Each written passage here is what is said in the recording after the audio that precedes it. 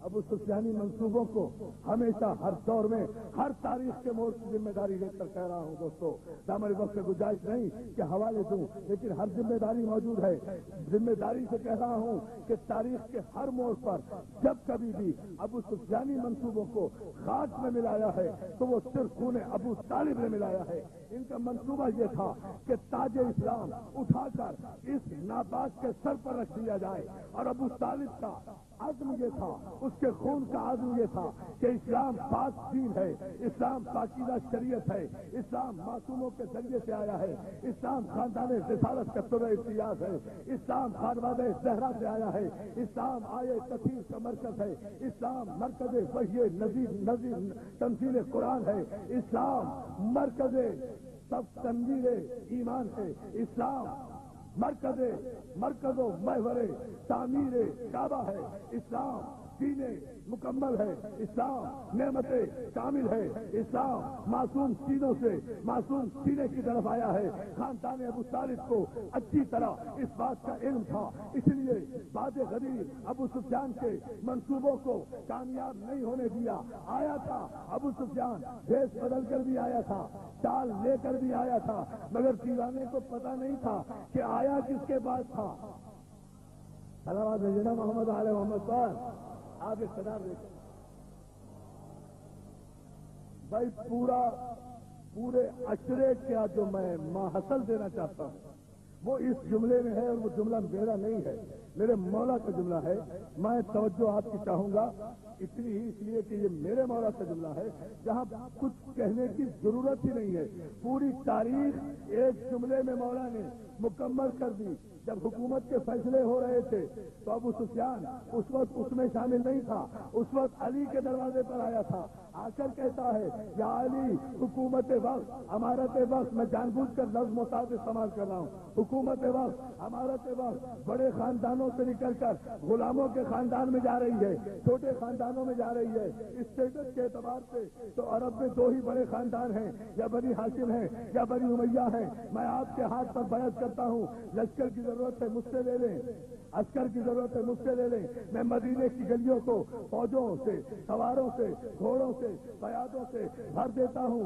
آپ جنگ کیجئے، اپنا حق لیجئے، آپ جنگ کیجئے، اپنا حق لے لیجئے.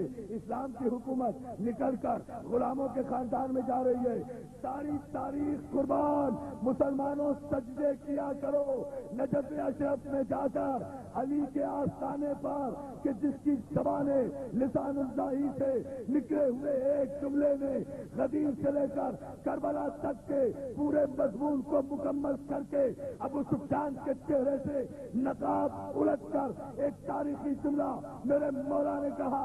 علی کہتے ابو سفیان تو کب سے مسلمان ہو گیا؟ توجہ توجہ، کیا تاریخ ہے، اب تاریخ لے علامات سے بابا سے بڑا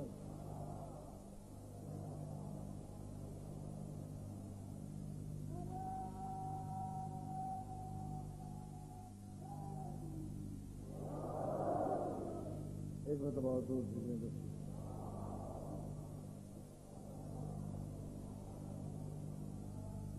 ابو سفیان، تجھے اسلام سے کب سے ہمدردی ہو گئی؟ تو اسلام کا ہمدرد کب سے ہو گیا؟ آپ نے دیکھا، آپ نے غور کیا؟ میرے مسلمان بھائی بھی غور کر لیں، یہ فتوے نہ پڑھا کریں، ان مجلسوں میں آیا کریں. ہم بتائیں کہ تاریخ کیا ہوتی ہے. علی نے جملہ کیا کہا ہے؟ تو کب سے اسلام کا ہمدرد ہو گیا؟ تجھے مسلمانوں سے کب سے ہمدردی ہو گئی؟ واپس چلا جا. علی بھی اگر کوئی صحابی ہوتا نا، کیا جملہ کہوں میں، نہیں ہے نا جملہ تاریخ میں کوئی. علی بھی کوئی اگر مکے مدینے کا عام آدمی ہوتا نا تو اتنی بڑی پیشکش کو نہ ٹھکراتے، بلکہ تلوار لے کر میدان میں نکل آتے، اپنا حق لے لیتے اور منزل اول ہی پر اسلام کے خاتمے کا سبب بن جاتے. مگر علی تو اپنی جگہ مطمئن تھے. علی کو تو پتا تھا انہیں حکومتیں بنانے دو، تخت پر بیٹھنے دو، علی تو میں ہی ہوں. اگر انہیں تخت سے اتار کر اپنے سامنے بھکاری بنا کر کھڑا نہ کر دوں تو ابو طالب کا بیٹا نہ کہنا اسلام تو میرا رہے گا، شریعت تو میری رہے گی، قانون تو میرا چلے گا، نافذ کوئی بھی کرے نافذ کوئی بھی کرے، حکومت تو اس کی ہوتی ہے جس کا قانون چلے، جس کا فیصلہ چلے۔ بھائی پوری تاریخ اسلام میں بعد رسول جتنی بھی حکومتیں علی کی زندگی میں آئی ہیں اس میں حکومت کسی نے کی ہو، شرعی فیصلے علی کے چلے ہیں۔ جبھی تو ہم علی کو خلیفۃ بلا فصل کہتے ہیں کہ حکومت اگر شریعت کی تھی، صلوات محمد علیہ محمد صاحب، حکومت اور عزیزان محترم یہ بات میں اور بتاتا چلوں، کل میں انشاءاللہ پورے مضمون کی وضاحت کروں گا، آپ ہمارے وقت میں زیادہ گنجائش نہیں، لیکن اتنا بتا دوں کہ اگر ابو سفیان خلوص کی بنیاد پر علی کو پیشکش کرنے آتا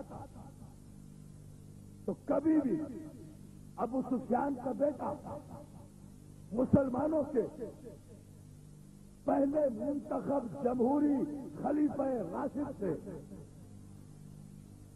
پوری تاریخی ذمہ داری کی جملہ کہا ہے میں نے، پہلے جمہوری منتخب خلیفہ راشد سے جنگ کرنے کے لیے میدان میں نہ آتا۔ اس کا میدان میں آنا یہ بتاتا ہے کہ ابو سفیان جب اپنے منصوبے میں ناکام ہو گیا تو یہ اپنے بیٹوں کے سپرد کر گیا کہ اب اسلام کا اس انداز سے خاتمہ کرنا، اب اسلام کے مقابلے میں اس طرح سے آنا، لہذا صفین میں آیا، حالانکہ مقتول حکمران کا صرف خاندان کا رشتہ تھا، کوئی اور رشتہ نہیں تھا، وراثت کا رشتہ نہیں تھا، مقتول حکمران کا بیٹا بھی موجود تھا، ان کی بیوی بھی موجود تھی، دعویٰ انہیں کرنا چاہیے تھا، مگر دعویٰ شام سے صلوات دے دینا، میں یاد کروں آپ کو تاریخ، بھائی ان کی انگلیاں بگاڑ ہوئی تھی، زبان تو موجود تھی، استغاثہ تو کر سکتے تھے نا ان کے گھر والے، لیکن گھر والا کوئی نہیں نکلتا، محلے والے نکل رہے ہیں، دور دور سے آ رہے ہیں، مجرم خود ہی آ رہے ہیں۔ اب کیوں ہم سے تاریخ سے پردہ اٹھانا چاہتے ہو؟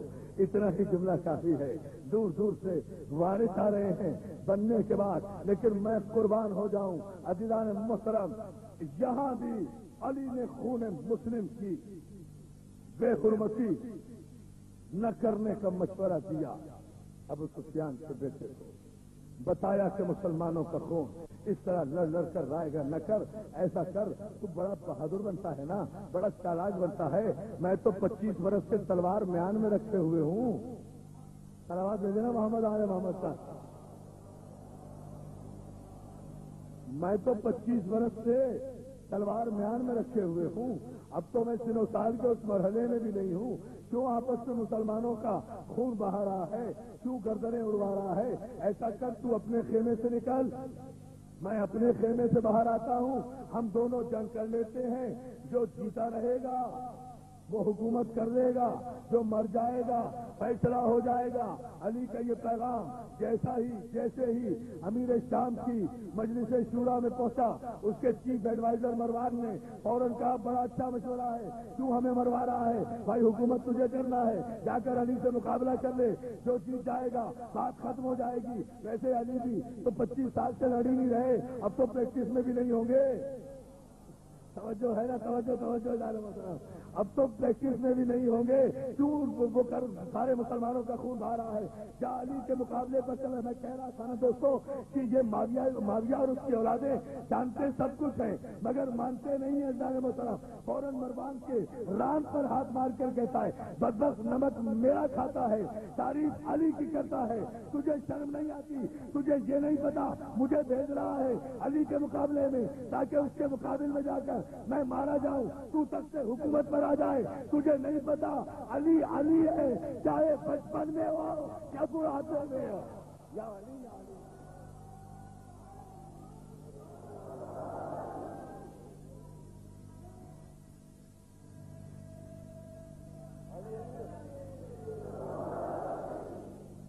یہ ہے عزیزان محترم اس تاریخ کا خلاصہ، اور یہاں ایک جملہ اور مجھے کہنے دیجیے آخر میں، اور وہ یہ ہے، مولا آپ کو سلامت رکھے، کہ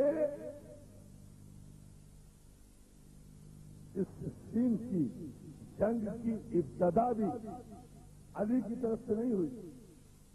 رمضان کا پورا مہینہ علی نے جنگ کو ملتوی کیا، اس لیے کہ رمضان کے مہینے میں جنگ نہیں. سب خون مارا ہے، ابتدا بھی کی ہے تو امیر شام کی طرف سے ہوئی ہے. اسے کیا پتا رمضان کیا ہے اور ایمان کیا ہے. آواز دے نا محمد آل محمد کا. اور اب ایک اس جملے کے لیے میں نے آپ کو ضرورت دی تھی، اور یہ پہلی جنگ ہے عزیزان محترم کہ جس میں امام حسن کی قیادت میں علی کا 11 برس کا عباس اس انداز سے لڑا ہے، اس شان سے لڑا ہے. کل تفصیل بتاؤں گا کہ علی نے عباس کو قریب بلایا، اپنی سرا اتار کر جب عباس کو پہنائی تو 11 برس کے عباس کے جسم پر علی کی سرا تنگ آئی تھی. بیٹے کو اپنی جوانی کے آئینے میں دیکھ کر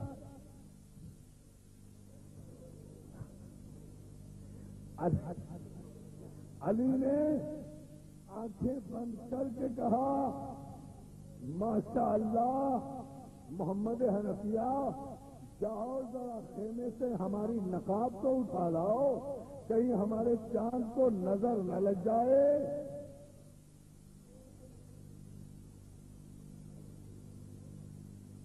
عباس کے چہرے پر 11 برس کی عمر میں نقاب ڈالی ہے، اور اس کے بعد ایک جملہ کہا ہے، عباس جی بابا بیٹا حسن حسین آئے مباہلہ کے دن سے محمد کے بیٹے ہیں، تو میرا بیٹا ہے.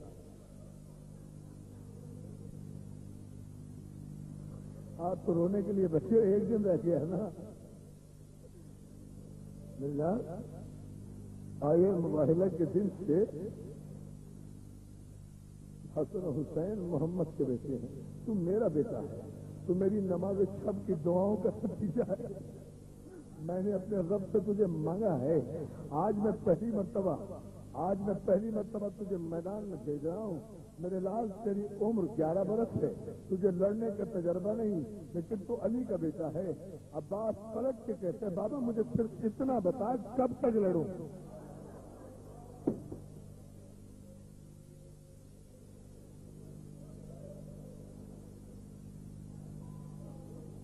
عباس مجھے صرف اتنا بتا.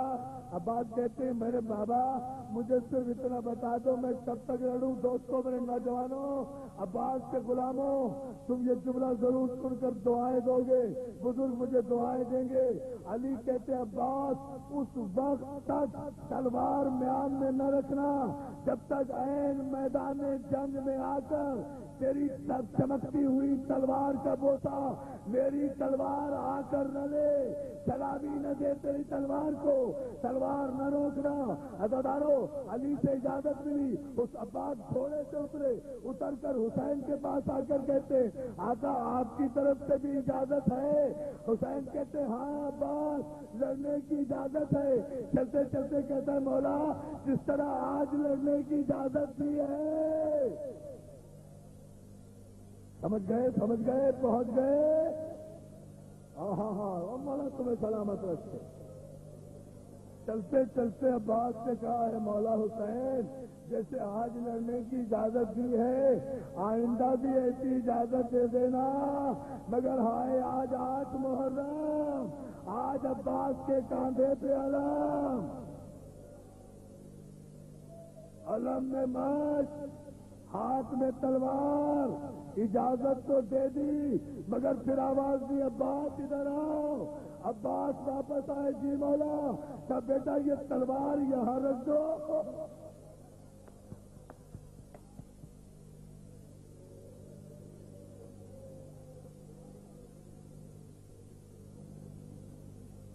بیٹا یہ تلوار یہاں رکھ دو، پانی لانے کی اجازت ہے. یہ نیزہ لے کر جاؤ، نیزہ دفاع کرنے کے لیے ہے. کوشش کرو کہ دریا تک پہنچ جاؤ. یہ نیزہ لے کر چلے جاؤ. عباس آنکھوں میں آنسو بھر کے حسین کو دیکھا. میں یہاں سارے شیعوں کی طرف سے کہوں گا مولا حسین چند لمحے کی اجازت تو دے دیتا میرے غازی کو، مولا میرے عباس کی حضرت تو نکل جاتی تو شاید جواب یہی آئے گا، ارے ایک لمحے کی بھی اجازت دے دیتا تو کربلا نہیں بن سکتی تھی۔ میدان کہاں کس طرح رو رہے ہو؟ آج حاجی عباس کو رونے آئے ہو نا، عباس کا ماتم کرنے آئے ہو۔ آج گھر گھر سبیلیں لگ رہی ہیں، آج گھر گھر سکے کے نام کی سبیلیں لگ رہی ہے۔ آج مائیں اپنے بچوں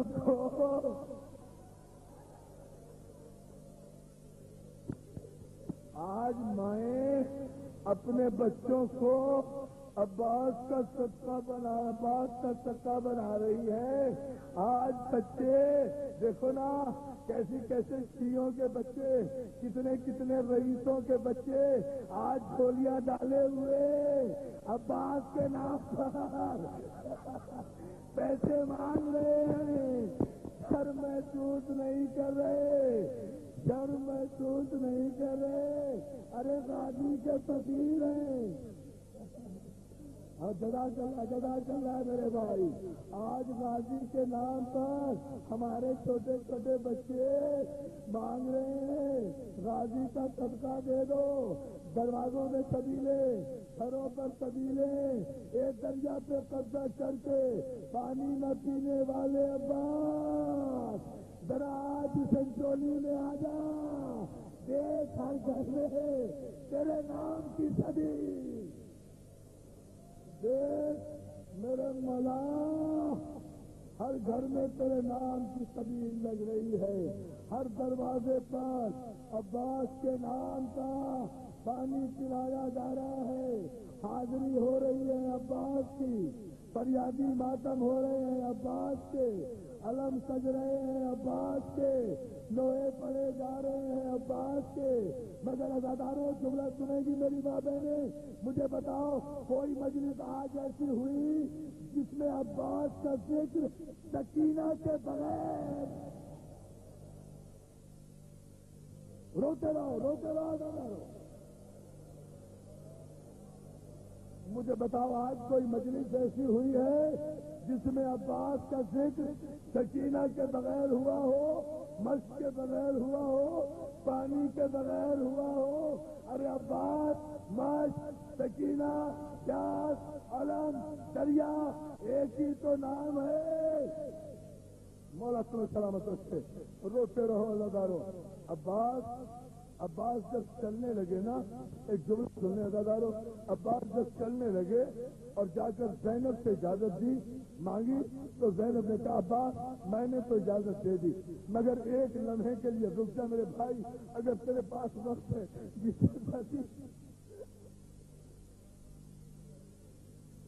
میری یہ خواہش ہے پوری کر دے۔ نہیں سنا ہوگا یہ جملہ کسی سے اور نہیں برداشت کر سکو گے جو میں کہہ رہا ہوں اس وقت۔ اب زینب کہہ رہی شہزادی زینب، عباس ایک خواہش ہے پوری کر دے۔ دوستو عباس کی عادت یہ تھی کہ جب جناب زینب کے سامنے آتے تھے تو زینب کے پیروں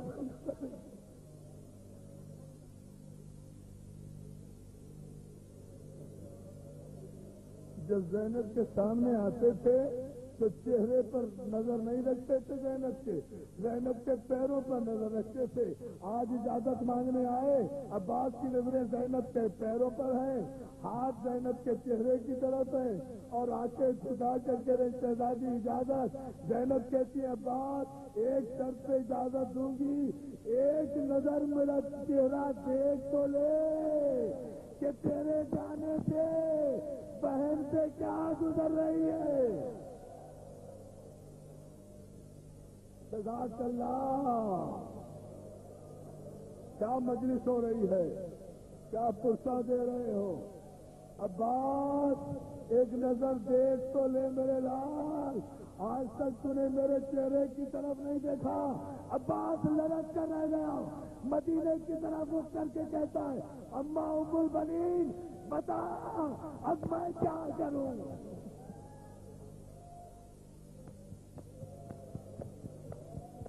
جزاک اللہ، اے ام البنین ماں بتا اب میں کیا کروں؟ آپ ہی نے تو کہا تھا بس زینب کو بہن نہ سمجھ رہا، آقا دادی سمجھ رہا، پیروں سے نظر نہ اٹھے، پیروں سے نظر نہ اٹھے، پیروں سے نظر نہ اٹھے۔ زینب کہتی ہے عباس ایک نظر مجھے دیکھ لے، ماں کو میں منا لوں گی۔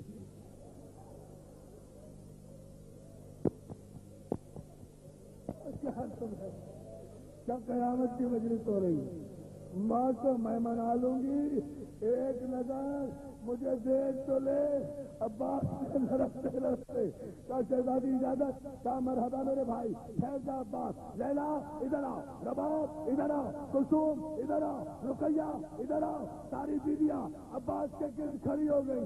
زینب نے عباس کا بازو پکڑا، بازو پکڑ کے کہا بیویوں زینب کو معاف کر دینا، میں اپنا وعدہ واپس لے رہی ہوں۔ میں نے مدینے سے چلتے وقت کہا تھا کہ تمہارے پردوں کی ضامن ہوں، ارے جس سے وعدہ کیا تھا وہ منتے جا رہا ہے۔ ماتم کرو نہ ڈالو بات کا، آج سے بڑی قیامت کی مجلس۔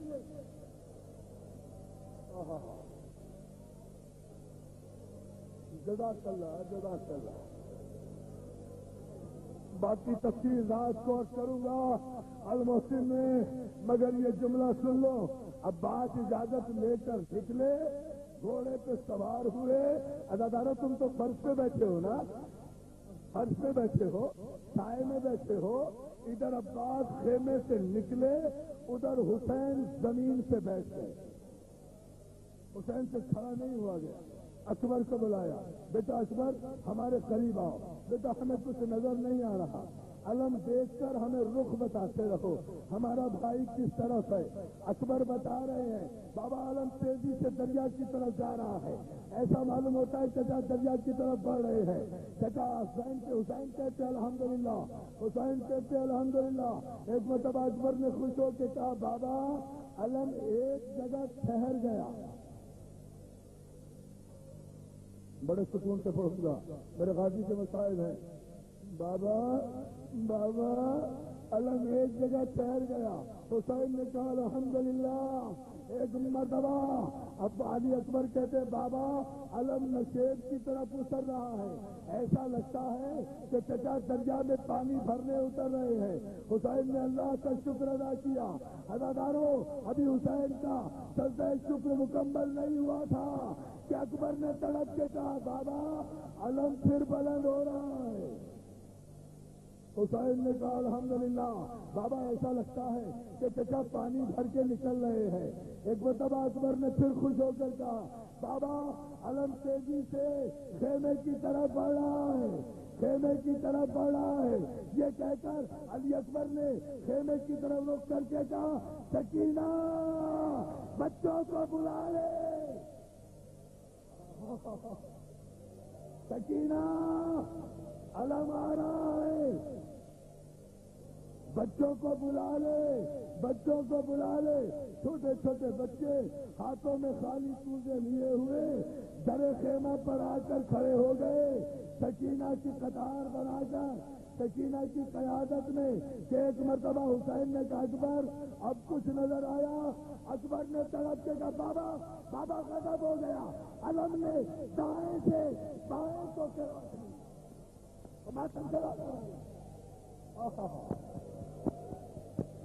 بابا غضب ہو گیا، بابا علم نے دائیں سے بائیں کو کروٹ دی۔